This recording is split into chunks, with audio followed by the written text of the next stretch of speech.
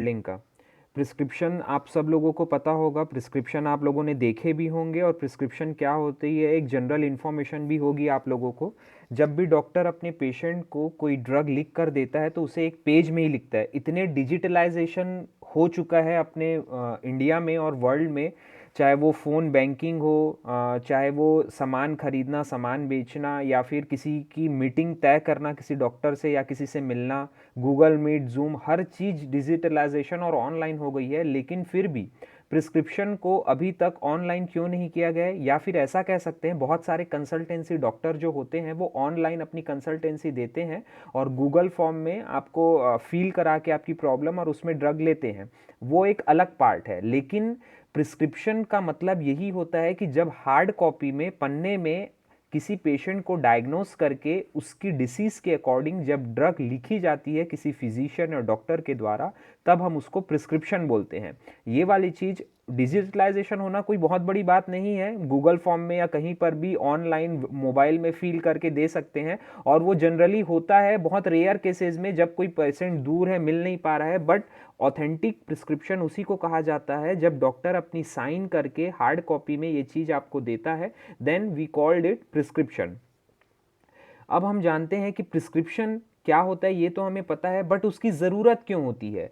जैसे मैंने last lecture में या स्टार्टिंग में जब भी आप लोगों की फर्स्ट क्लास ली थी, ये बताया था कि एक ओटीसी ड्रग भी होती है जो ऑथेंटिक गवर्नमेंट ने उसको रिकमेंड करके रखी है कि ओटीसी ड्रग आप ले सकते हैं, that is oral the counter drug. जब किसी ड्रग को बिना डॉक्टर के इंफॉर्मेशन के आप खुद जाके मेडिकल स्टोर में लेते हैं, तब हम उसको ओटीसी ड्रग बोलते हैं, ओरल द काउंटर ड्रग बोलते हैं। ऐसी ड्रग के लिए प्रिस्क्रिप्शन की ज़रूरत नहीं होती। इस कैटेगरी में कौन सी ड्रग आती है, जैसे विक्स वेपोरब, स्ट्रेप्सिल्स की कैप्सूल्स, या पेन होने पर पैरासीटामोल, या दूसरी ऐसी बहुत सारी मेडिसिन हैं जो कि बिना डॉक्टर के प्रिस्क्रिप्शन के आप प्रिलिमिनरी, आपको कोई प्रॉब्लम है या सिम्टम्स आ रहे हैं तो आप ले सकते हैं। लेकिन मोस्ट ऑफ द ड्रग के पीछे शेड्यूल एच की वार्निंग लिखी होती है। शेड्यूल एच जो कि जूरिस्प्रूडेंस में आप लोग पढ़ेंगे, जूरिस्प्रूडेंस एक सब्जेक्ट है हमारा, उसमें ये लिखा रहता है it should be taken after the supervision और कंसल्टेशन ऑफ फिजिशियन ओनली। आप जो दवा ले रहे हैं उसको सबसे पहले अपने डॉक्टर से पूछिए, उससे लिखवाइए, फिर ये दवा लीजिए। तो अधिकतर जो दवा होती है उनके पीछे शेड्यूल एच की वार्निंग लिखी होती है।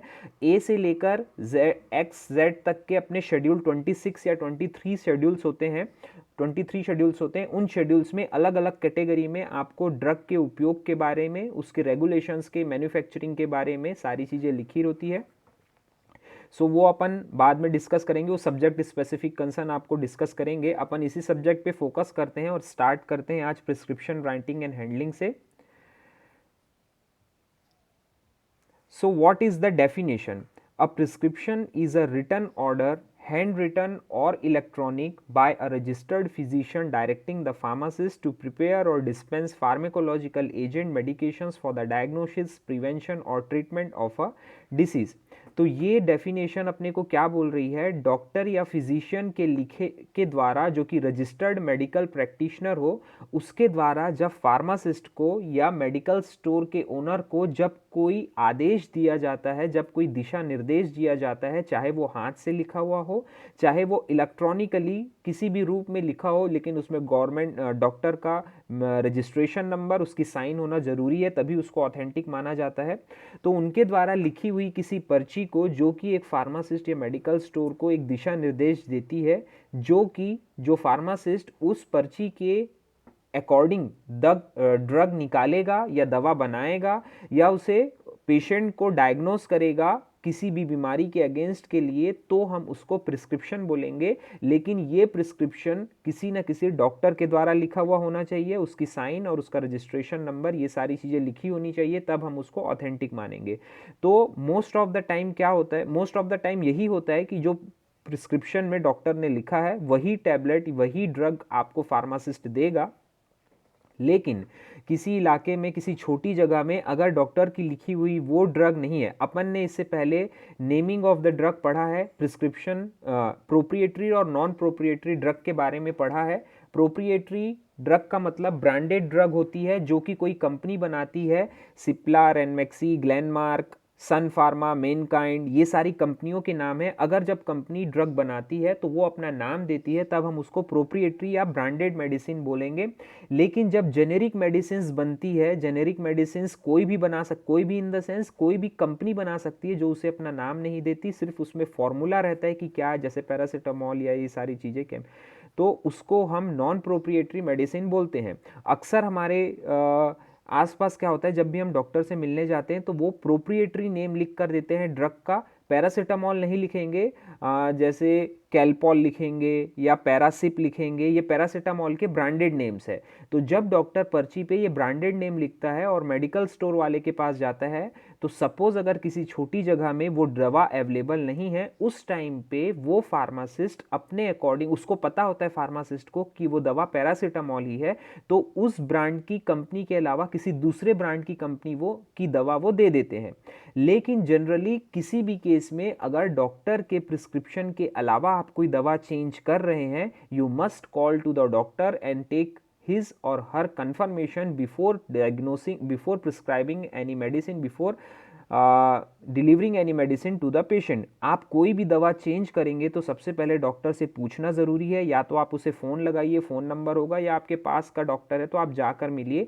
ये हमारे इथिक्स कहते हैं कि फार्मासिस्ट ड्रग प्रिस्क्राइब नहीं कर सकते, उन्हें दवा जो है वो डिस्पेंस करनी है, वो भी प्रिस्क्रिप्शन के अकॉर्डिंग, जो प्रिस्क्रिप्शन में लिखी हुई है। तो ऐसा होता है, इन जनरल हम ले भी लेते हैं, वैसे कोई हार्मफुल इफेक्ट नहीं होता, क्योंकि pharmacist is known to every drug, he knows about the drug and their effects on the body, but उनको अथॉरिटी नहीं है कि वो ड्रग प्रिस्क्राइब कर सके पेशेंट को, इसलिए डॉक्टर से पूछना ज़रूरी होता है। So this is all about our prescription, जो कि हम जानते हैं। प्रिस्क्रिप्शन के बहुत सारे नियम होते हैं जो एमसीआई के गाइडलाइन, एमसीआई यानी मेडिकल काउंसिल ऑफ इंडिया, जो कि डॉक्टर्स लोगों के लिए बनाई जाती है, उनके गाइडलाइंस में लिखा होता है कि आप ब्रांड नेम नहीं लिखेंगे, आप जो है वो जेनेरिक नेम ही लिखेंगे ताकि आसानी हो पेशेंट को ड्रग ढूंढने में। आप जो स्पेलिंग लिखेंगे वो कैपिटल लेटर्स में हो ताकि आसानी से रीड किया जा सके, बट वो नॉर्म्स इतने कहना चाहिए वो स्ट्रिक्ट नहीं है कि वो उसे फॉलो किया जाए। जनरली हर डॉक्टर्स जो होते हैं वो ब्रांडेड ड्रग के नेम ही लिखते हैं। So coming to the next slide, that is the types of prescription. कितने टाइप के प्रिस्क्रिप्शंस या पर्चियां होती हैं, या पुराने समय से अब तक में क्या बदलाव हुए हैं। There are mainly 2 types of prescription, 2 तरह के प्रिस्क्रिप्शन हम देखते हैं। That is pre compounding prescription. Pre compounding prescription जो है वो प्रेजेंट वर्ल्ड में चल रहा है, जो रिसेंटली हमें ऐसा जो है वो सारे डॉक्टर्स अभी लिखते हैं, यानी उन्हें किसी दवा को बनाने की ज़रूरत नहीं है। Prescription for already prepared drug bye pharmaceutical company, example is capsule of ciprofloxacin 500 milligram etcetera, जो भी बन रही है। जब डॉक्टर बनी हुई दवा को पेपर पे या डिजिटल इलेक्ट्रॉनिकली किसी भी डिवाइस पे लिख के आपको देंगे, जो कि कंपनी द्वारा बनाई जाती है, तब हम उसको प्री कंपाउंडिंग प्रिस्क्रिप्शन बोलते हैं। सेकंड टाइप ऑफ प्रिस्क्रिप्शन क्या होता है, extemporaneous prescription. The pharmacist prepare the medication according to the drug and doses directed by the physician. आप लोगों ने पुराने समय इन द सेंस 10 साल तो हो ही गए होंगे, 10-20 साल, अभी भी कहीं चलता होगा किसी क्लिनिक में तो आई डोंट नो, बट हर जगह जो है वो प्री कंपाउंडिंग प्रिस्क्रिप्शन ही चलता है। कुछ जगह में जैसे दूसरे आयुर्वेदिक जो डॉक्टर होते हैं, यूनानी सिद्धा के जो डॉक्टर्स होते हैं, वो अपनी दवा खुद बना, जैसे homeopathy medicine, yes, homeopathy medicine में डॉक्टर अपनी दवा खुद आपको बना के देते हैं। That is extemporaneous prescription. जब आप डॉक्टर के पास जाते हैं, डॉक्टर आपको डायग्नोस करेगा, आपकी बीमारी के बारे में, आपकी परेशानी के बारे में पूछेगा, उसके बाद आपको समय देगा और या तो आपके सामने ही वो दवा बनाएगा कि आप 5 मिनट बैठिए, 1 घंटा बैठिए, मैं दवा बना के लाता हूं। That is extemporaneous preparation. उसमें डॉक्टर खुद अपनी दवा बनाते हैं, क्या चीज़ आपके ट्रीटमेंट के अकॉर्डिंग उसमें मिक्स करना है, कौन सी दवा आपको देनी है, आपकी बीमारी के लिए क्या सुटेबल है, इस सारे प्रिपरेशंस को हम एक्सटेम्पोरेनियस प्रिस्क्रिप्शन बोलते हैं। लेकिन एलोपैथिक सिस्टम ऑफ मेडिसिन में कहना चाहिए 95% या 99% कोई भी दवा डॉक्टर अब प्रिपेयर नहीं करते, उसको कंपाउंडिंग वर्ड से डिनोट करते हैं, कंपाउंडिंग एंड डिस्पेंसिंग। अगर आप दवा पेशेंट को देते हैं दैट इज डिस्पेंसिंग, लेकिन डॉक्टर जब या फार्मासिस्ट दवा बनाते हैं दैट इज कंपाउंडिंग। जैसे अपन कहते हैं कंपाउंडर मेडिकल क्लिनिक में कंपाउंडर है उनसे कहिए वो लगा देगा, तो कंपाउंडिंग उसी से निकला हुआ है। बनाना, फार्मासिस्ट ही दवा बनाते हैं डॉक्टर के ऑर्डर के अकॉर्डिंग। तो ये एक्सटेम्पोरेनियस प्रिस्क्रिप्शन जो होते हैं तुरंत एट अ टाइम डॉक्टर या फार्मासिस्ट, बनाने का काम फार्मासिस्ट का ही होता है, अगर कोई नहीं रखे हैं फार्मासिस्ट तो डॉक्टर खुद बनाते हैं। तो ये बनाने वाली चीज़ को हम एक्सटेम्पोरेनियस प्रिस्क्रिप्शन बोलते हैं। लेकिन मोस्ट ऑफ दी जो दवा है वो प्री कंपाउंडिंग प्रिस्क्रिप्शन के फॉर्म में आती है, रेडीमेड एलोपैथिक मेडिसिन मार्केट में अवेलेबल है। नाउ अब है पार्ट्स ऑफ प्रिस्क्रिप्शन। प्रिस्क्रिप्शन एक पर्ची या इलेक्ट्रॉनिक फॉर्म में जो भी चीज़ हो आपके पास, उसके कितने पार्ट्स ज़रूरी हैं जो कि प्रेजेंट रहना चाहिए और उसके बारे में आपको इन्फॉर्मेशन होनी चाहिए। आप ये प्रिस्क्रिप्शन हैंडलिंग और राइटिंग के बारे में क्यों पढ़ रहे हैं? आपको तो प्रिस्क्रिप्शन लिखना नहीं है, लेकिन आपको प्रिस्क्रिप्शन के अकॉर्डिंग दवा डिस्पेंस करनी है। क्योंकि जब तक आप ये नहीं समझेंगे कि एक पर्ची में कौन कौन सी चीज़ को ध्यान रखा जाता है, किस चीज़ के अकॉर्डिंग दवा दी जाती है, तब तक आपको ड्रग डिस्पेंस करने में थोड़ी प्रॉब्लम होगी। इसलिए ये प्रिस्क्रिप्शन राइटिंग और हैंडलिंग का पार्ट, राइटिंग हमारा पार्ट नहीं है, बट वी नो डॉक्टर किस किस पॉइंट पे अपना इंफॉर्मेशन देते हैं उस प्रिस्क्रिप्शन में, ये हमें पता होना चाहिए। An ideal prescription should have the following parts. एक जो प्रिस्क्रिप्शन पर्ची लिखी होती है उसके इतने सारे पार्ट्स होते हैं। सबसे पहला है डेट, जो शुरुआत में डेट एंड इन्फॉर्मेशन रहेगी डॉक्टर की और पेशेंट दोनों की, ये डेट के साथ इन्फॉर्मेशन भी होती है। सुपरस्क्रिप्शन, सुपरस्क्रिप्शन में मोस्टली इंफॉर्मेशन आती है जिसमें डॉक्टर की सारी डिटेल, उनका रजिस्ट्रेशन नंबर, नाम, फ़ोन एड्रेस, आपका नाम, एज, जो भी चीज़ें आएंगी वो सुपरस्क्रिप्शन का पार्ट होगा। देन आते हैं इंस्क्रिप्शन। इंस्क्रिप्शन में मोस्टली ड्रग के बारे में इंफॉर्मेशन लिखी होती है, डॉक्टर ने क्या क्या दवा आपको प्रिस्क्राइब करी है, कितने डोज में प्रिस्क्राइब करी है, वो इंस्क्रिप्शन में लिखा होता है।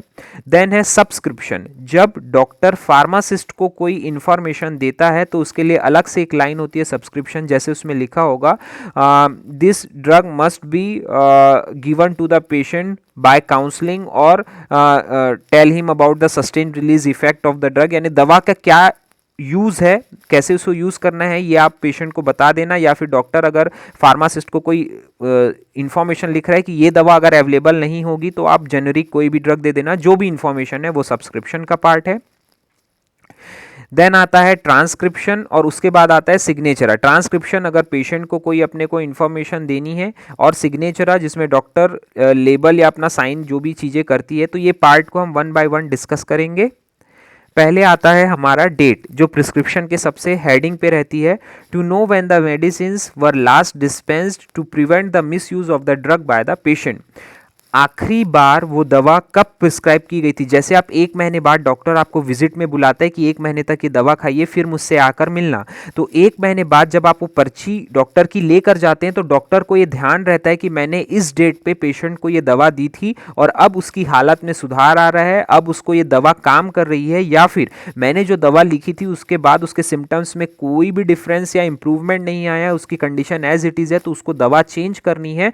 तो वो डेट से समझ जाएगा कि 1 महीने ये दवा खाया है, उसका कोई इफेक्ट है या नहीं है। तो इसलिए डेट का बहुत ज़्यादा इंपॉर्टेंस है। दूसरी एक मेजर चीज़ जो डेट की में आपको, डॉक्टर को और दूसरे फार्मासिस्ट को बहुत ज़्यादा हेल्प करती है, miss use of the drug by the patient. Miss use कैसे होगा?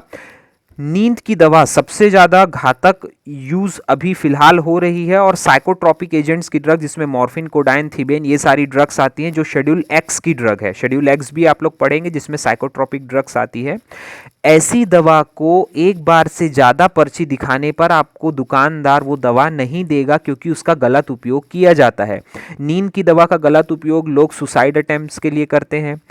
साइकोट्रॉपिक ड्रग्स की दवा का उपयोग लोग नशे के लिए, एडिक्शन के लिए करते हैं। इसलिए वहाँ डेट का होना बहुत ज़रूरी है, क्योंकि ये टाइप के प्रिस्क्रिप्शन जब तक आप नया प्रिस्क्रिप्शन दुकानदार को नहीं दिखाएंगे, फार्मासिस्ट को, तब तक वो आपको दवा प्रिस्क्राइब नहीं करेगा। इसलिए वो डेट बहुत ज़रूरी है आपके प्रिस्क्रिप्शन के ऊपर।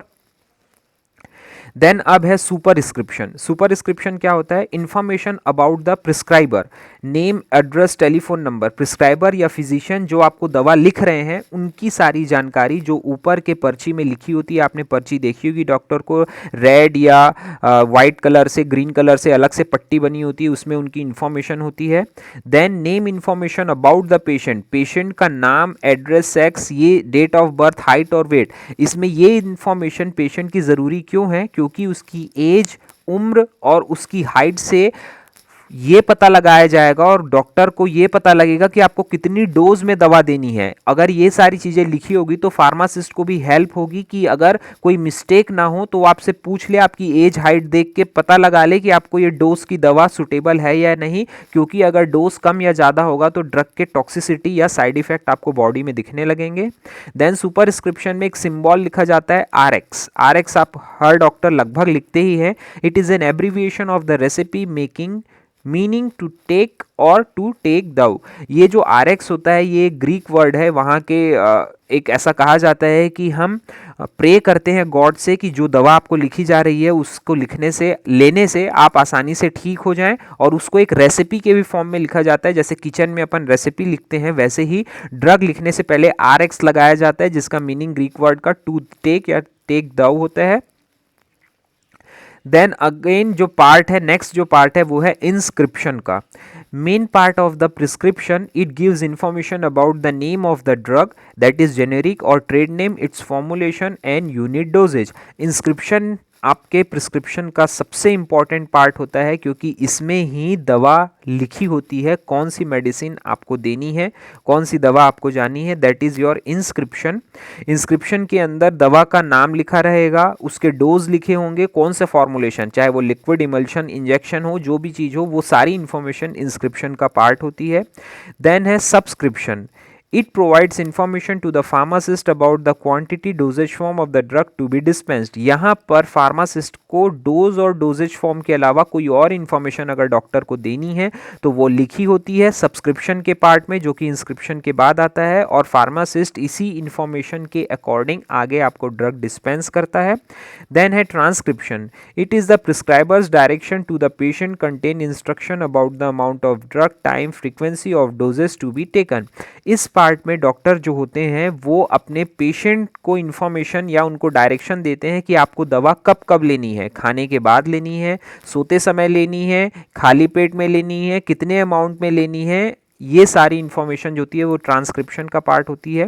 ये इन्फॉर्मेशन पेशेंट के लिए ज़रूरी क्यों है? अगर वो दवा खाने के बाद वाली दवा को खाली पेट ले लेगा तो दवा का असर कम हो जाएगा, हो सकता है एसिडिटी बढ़ जाए उनके स्टमक की, या फिर डॉक्टर उसमें ये लिखे रहते हैं अगर इस दवा को लेने से आपकी यूरिन का कलर ऑरेंज हो जाएगा, लेकिन घबराइएगा मत, ये दवा का साइड इफेक्ट है, नॉर्मल है। या फिर कई बार डॉक्टर ऐसा भी लिखे रहते हैं, आप जो दवा ले रहे हैं आँख में डालने की आई ड्रॉप जो लिख के दिए डॉक्टर, आप इसे लीजिए, लेकिन अगर आइज में इरिटेशन होगा तो दवा को लेना बंद कर दीजिए और तुरंत हमसे आकर मिलिए। ये जो भी चीज की इंफॉर्मेशन डॉक्टर को पेशेंट को देनी है वो ट्रांसक्रिप्शन में लिखता है। देन अब है सिग्नेचर और instruction. It is the prescription should be signed by the prescriber, refill instruction और स्पेशल इंस्ट्रक्शन। लास्ट के पार्ट में जो डॉक्टर है अपना साइन करता है और वहां पर रीफिल का मतलब दोबारा कब ये पर्ची को बना कर देगा, आप दोबारा इस पर्ची को दिखाकर ले सकते हैं नहीं ले सकते, वो रीफिल में, और एक ही बार वो पर्ची रीफिल हो सकती है, उसमें डॉक्टर साइन करके और उसमें डेट लिख देगा कि इतने तारीख को ये पर्ची आप दिखाकर वापस से दवा ले सकते हैं। और कोई स्पेशल इंस्ट्रक्शन अपने पेशेंट को देनी है तो डॉक्टर वो सिग्नेचर या इंस्ट्रक्शन के साइड में पेशेंट को इंफॉर्मेशन देते हैं। अ prescription should be kept simple, उसे बहुत ही आसान तरीके से लिखा हुआ होना चाहिए ताकि फार्मासिस्ट उसे आसानी से समझ सके, और इवन दो पेशेंट को भी समझ आए कि उसमें क्या लिखा है। भले ही पेशेंट उसके बारे में जानकारी ना रखता हो, लेकिन इंग्लिश जो है उसे समझ आनी चाहिए। Abbreviation free, if necessary Latin abbreviation should be used. Abbreviation का मतलब होता है शॉर्ट फॉर्म में लिखना। शॉर्ट फॉर्म में जैसे ग्राम लिखते हैं, किलोग्राम अपन लिख सकते हैं मैट्रिक सिस्टम के, या फिर BID होता है 20 अ डे, यानी दिन में 2 बार लेना, ट्रिस अ डे 3 बार लेना। ऐसे शॉर्ट इन्फॉर्मेशन कम यूज करें तो वो ज़्यादा अच्छा है, क्योंकि पेशेंट को समझने में थोड़ी प्रॉब्लम हो, अगर वो भूल गया तो फिर उसे पूछने वापस आना पड़ेगा डॉक्टर के पास या मेडिकल स्टोर जाना पड़ेगा। तो एब्रीविएशंस जितने कम हो उतना प्रिस्क्रिप्शन ज़्यादा अच्छा होता है। जैसे डॉक्टर राउंड लगा देते हैं 3 बार, तो 3 बार ये दवा लेनी है, खाने के पहले, खाने के बाद, तो एक छोटे मोटे ऐसे साइंस यूज़ करते हैं doctors. Trailing zero should be avoided, leading zeros must be added. Trailing zero का मतलब अपन एक के बाद एक राउंड राउंड करके जो जीरो लगाते हैं वैसा नहीं होना चाहिए, जीरो के बाद गैप रहना चाहिए, फिर जीरो लगाना चाहिए या राउंड करना चाहिए, तो पेशेंट को समझने में आसानी होती है कि ये कितने डोज लेनी है। तो ये ट्रेलिंग जीरोज अवॉइड करने चाहिए। It should B provide clear and specific direction, जो लिखा हुआ है वो पढ़ने के लायक होना चाहिए। पढ़ने के लायक इन द सेंस थोड़ी राइटिंग ऐसी हो कि वो समझ आ जाए आसानी से लेमैन पर्सन को भी। ओके, देन है हमारा source of error in the prescription. हमारे प्रिस्क्रिप्शन में कौन कौन सी एरर हो सकती है या हमारे प्रिस्क्रिप्शन में कौन कौन से एरर के सोर्स हो सकते हैं, ये भी हमारे अभी तक हमने प्रिस्क्रिप्शन का पार्ट देखा है कि हमारा प्रिस्क्रिप्शन कितने पार्ट से मिलकर बना होता है, कौन कौन सी चीज़ें उसमें होती है। नाउ अब है सोर्स ऑफ एरर कि हम जो प्रिस्क्रिप्शन पढ़ रहे हैं, डॉक्टर ने जो प्रिस्क्रिप्शन दिया है उसमें कहीं परेशानी या एरर ना हो, क्योंकि छोटा सा एरर भी उस पेशेंट के लिए हेल्थ के लिए डेट्रीमेंटल साबित हो सकता है। इसलिए कहीं पर भी लापरवाही ना डॉक्टर से लिखते समय ना आपके उसको इंटरप्रेट करते समय होनी चाहिए। कौन कौन सी कुछ परेशानियां या कुछ गलतियां हो सकती है उनके बारे में यहाँ पर डिफाइन किया गया है। एब्रीविएशंस यानी जो शॉर्ट फॉर्म होता है, abbreviations present a problem in understanding parts of the prescription order. Extreme care should be taken by the pharmacist in interpreting the abbreviations. It should not guess the meaning of unambiguous abbreviations, example aspirin, AS is aspirin or ascorbic acid.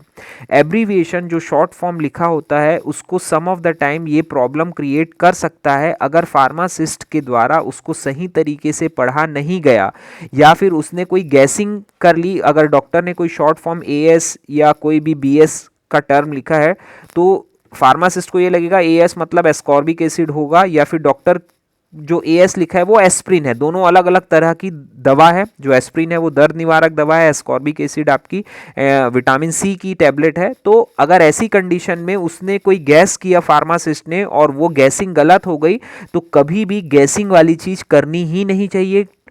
Patient को कभी भी गलत दवा dispense नहीं करना चाहिए। सबसे पहली बात, ये तो हमारे इथिक्स के खिलाफ है, हमारे फार्मेसी के नियम के खिलाफ है, और एक ह्यूमैनिटी नेचर भी नहीं है कि आप किसी को गलत दवा देंगे। अगर वो गलत निकली तो आपका मेडिकल स्टोर में वो कभी नहीं आएगा, या फिर उसकी आपकी गलत इन्फॉर्मेशन भी आगे जाएगी। तो ये सारी चीज़ों की सावधानी हमें रखनी होती है। अगर प्रिस्क्रिप्शन समझ नहीं आ रहा है तो you can call the doctor, उसमें डॉक्टर का फ़ोन नंबर लिखा हुआ है, या फिर आप पेशेंट को खुद बोल दीजिए कि ये चीज़ मुझे समझ नहीं आ रही है, आप डॉक्टर से पूछ कर आ जाएं, या जो भी चीज़ें आप खुद पूछ लें। तो ये एब्रीविएशंस या सोर्स ऑफ एरर को दूर करना चाहिए। Name of the drug, there are certain drugs whose name look और sound like those of other drugs. Some of the example of drugs is as under, जैसे डिजिटॉक्सिन, डिजॉक्सिन, प्रेडनिसन और prednisolone.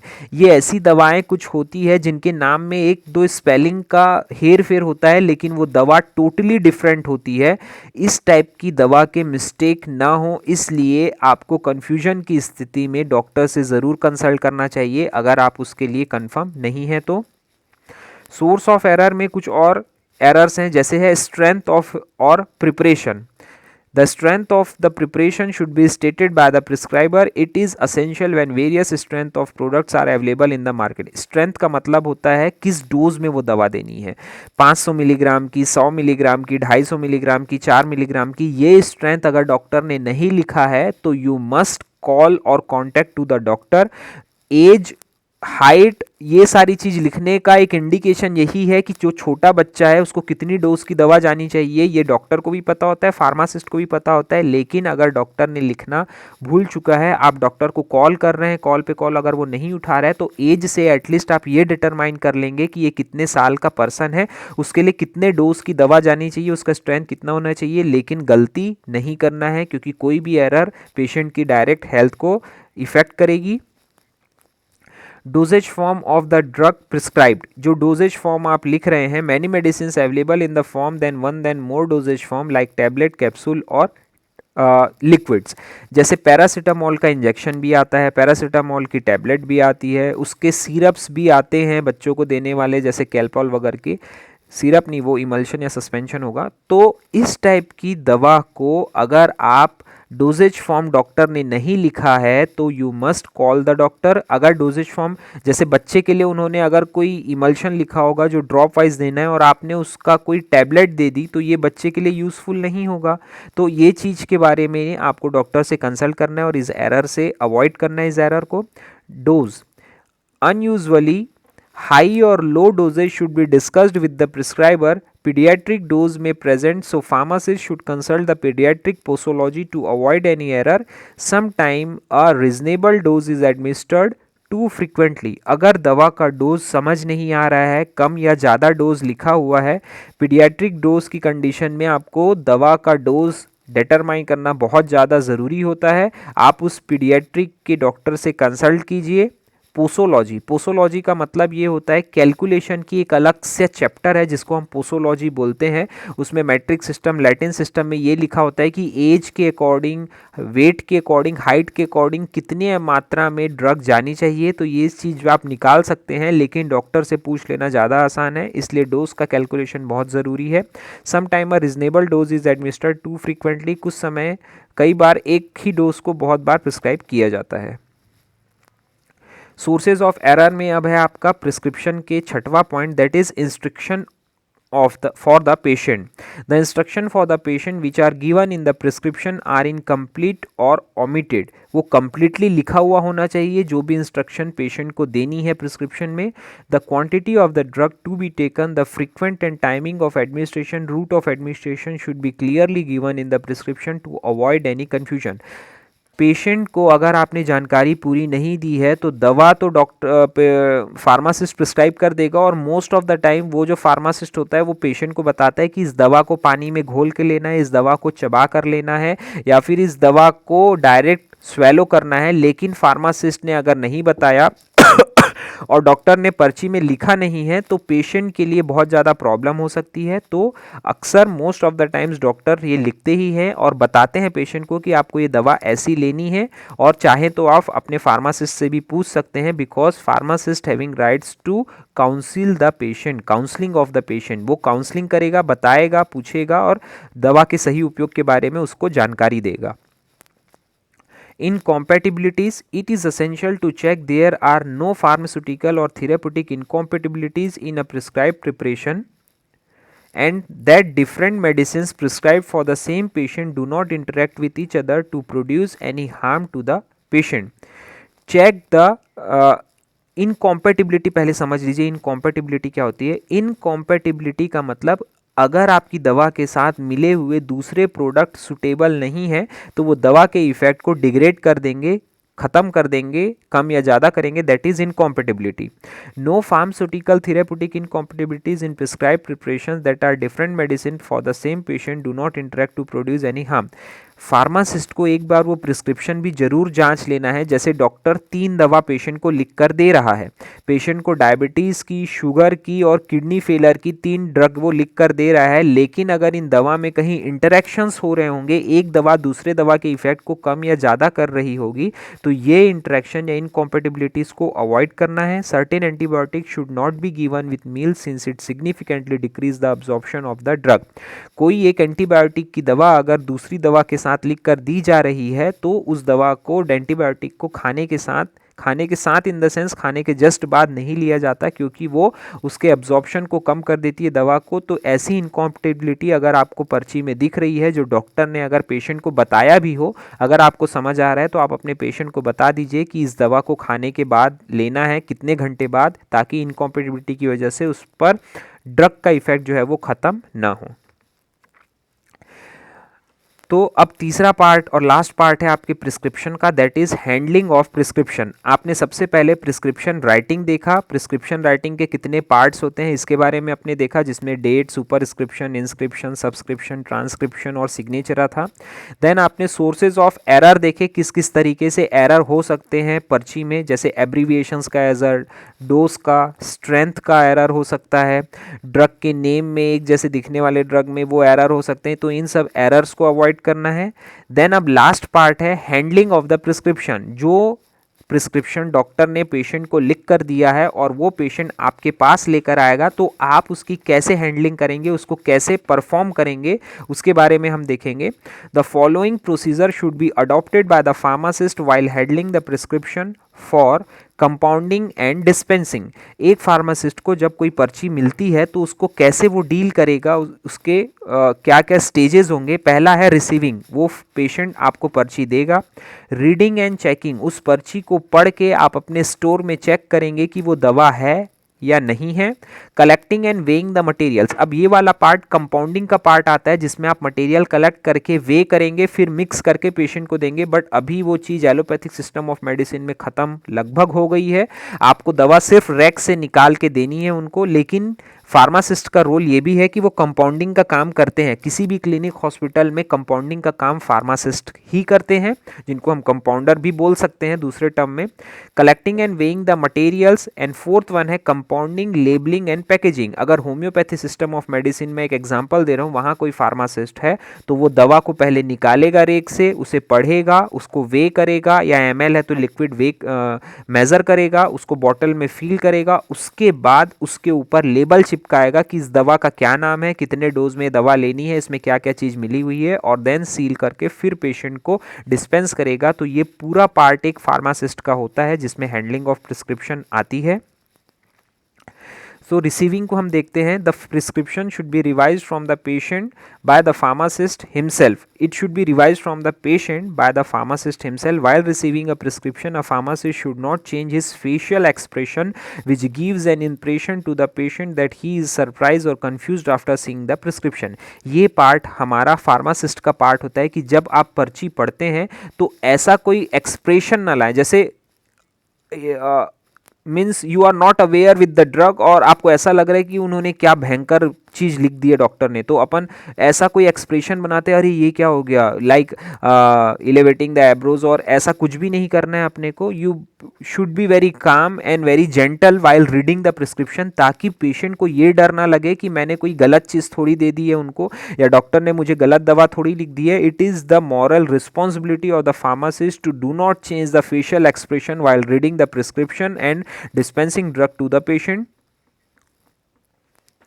Then second one है reading and checking, आपको पढ़ना है उसको। On receiving a prescription always check it that it is written in a proper format. A prescription should always be screen behind the counter, counter के पीछे आप ले जाके उसे एक बार देखेंगे, पढ़ेंगे।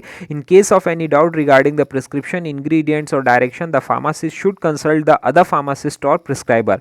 अगर वो चीज़ समझ नहीं आ रही है तो आपके जो सीनियर फार्मासिस्ट वहाँ पर होंगे आप उनसे कंसल्ट कर सकते हैं, या फिर वो भी समझना है तो आप डायरेक्ट डॉक्टर को फ़ोन लगा के पूछ सकते हैं कि इस पर्ची में कोई चीज डिफिकल्ट हो रही है समझने में, then what is the drug, exact drug.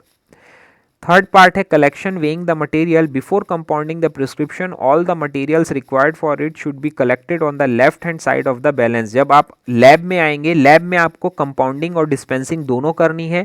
Lab में आपको रेक से सामान निकालना है, उसे वे करना है वेइंग मशीन में, उसके बाद उसको मिक्स करना है, उसके बाद उस कंपाउंडिंग कहा जाता है, जिसको कंपाउंडिंग करके आप लेबर कंटेनर में फील करेंगे, उसके ऊपर उसका लेबल चिपकाएंगे, देन सील करेंगे। ये पूरा पार्ट आपका होगा लैब में आने के बाद। तो ये कंपाउंडिंग का पार्ट आपको लैब में परफॉर्म करना है। तो जब आप लैब में परफॉर्म करेंगे तो ये ध्यान रखना, जो भी प्रोडक्ट आपको वे करना है, जो बॉक्स में रखें उसको आप लेफ्ट हैंड, अपने लेफ्ट हैंड साइड में रखेंगे वेइंग बैलेंस के, और जिसको वे करना है जिस प्रोडक्ट को, उसको आप राइट हैंड साइड के पैन में, दो पैन होते हैं ना तराजू के जैसे, तो एक साइड में आप मटेरियल रखेंगे, दूसरे साइड में अपना वेइंग बैलेंस रखेंगे। लेकिन जब डब्बा निकाल रहे हैं, जो भी प्रोडक्ट है उसको लेफ्ट हैंड साइड में रखेंगे। After weighing the material it should be shifted to the right hand side of the balance. Left side से आप मटेरियल निकाल के राइट हैंड साइड के पैन में रखेंगे। लेफ्ट हैंड साइड में डब्बे में जैसे आपने मटेरियल यहां पर रखा हुआ है, तो आप उसको राइट हैंड साइड में फिर रखेंगे। देन